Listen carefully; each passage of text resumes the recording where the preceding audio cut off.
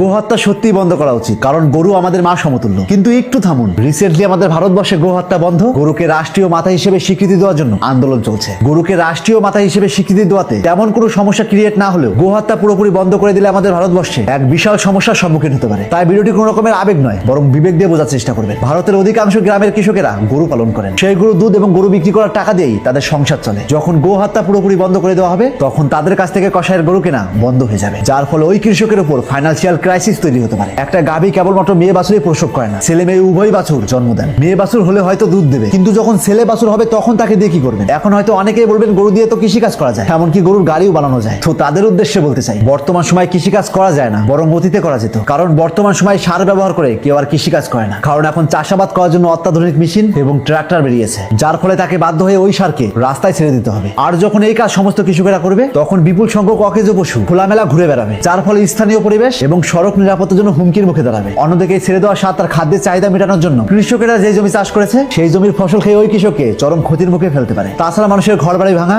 রাস্তায় যেখানে সেখানে শুয়ে থেকে অ্যাক্সিডেন্টের মতো মারাত্মক দুর্ঘটনাও ঘটাতে পারে। এছাড়াও মৃত পশুর ঠিকঠাক সৎকার না হলে রোগ ব্যাধি ছড়ানো কিংবা পরিবেশের দূষণ ঘটাতে পারে। গরু সাধারণত 20 থেকে 25 বছর বাঁচে, কিন্তু দুধ দেয় 10 থেকে 12 বছর পর্যন্ত। বাকি সময়টা পশুকে খাওয়ানো এবং তার চিকিৎসার খরচ বহন করা অত্যন্ত ব্যয়বহুল, এবং সরকারি গোশালা তো জায়গার অভাব এবং সঠিক ব্যবস্থাপনার অভাবে পশুদের কষ্ট পাওয়ার সম্ভাবনা থাকে। তার মানে গোহত্যা বন্ধ করার মাধ্যমে ইনডাইরেক্টলি সেই গরুকে কষ্ট দেওয়া হবে এবং কৃষকদের খরচ বাড়িয়ে দেওয়া হবে। আমাদের দেশের অনেক কসাইখানাকে কেন্দ্র করে প্রচুর মানুষের জীবিকা নির্বাহ করে। হঠাৎ করে যদি গোহত্যা বন্ধ করে দেওয়া হয়, তবে মাংস কাটার কর্মী, মাংস প্রক্রিয়া করা কেন্দ্র এবং পরিবহন ব্যবস্থার সঙ্গে যুক্ত বিশাল সংখ্যক মানুষ তার জীবিকা হারাবে। এই যে আমরা যে সমস্ত লেদারের সোয়েটার বা জিনিসপত্র ব্যবহার করছি, তার কাঁচামাল গরুর চামড়া চাহিদা অনেকটাই আমাদের দেশ পূরণ করে। কিন্তু গোহত্যা যখন পুরোপুরি বন্ধ করে দেওয়া হবে, তখন বাধ্য হয়ে অন্য দেশ থেকে চামড়া আমদানি করতে হবে। এতে যেমন দেশের অর্থনীতির ঘাটতি, ঠিক তেমনই ইনডাইরেক্টলি অন্য দেশ থেকে চামড়া আনার ফলে গোহত্যাকে সমর্থন করেই যাবে, কারণ ওই চামড়াগুলো গোহত্যা করেই আমাদের দেশে রপ্তানি করবে। আর সবচেয়ে বড় সমস্যা যেটা হবে, হিন্দু মুসলিমদের মধ্যে বিশাল দ্বন্দ্ব তৈরি হবে, যেখানে গোহত্যা রক্ষা করার চাইতে মানুষ রক্ষা করাই কঠিন হয়ে পড়বে। কারণ যখন কারো অধিকার কেড়ে নেওয়া হয়, তখন সেই ব্যক্তি ক্ষুব্ধ হয়ে উঠবেই, সে হোক আপনি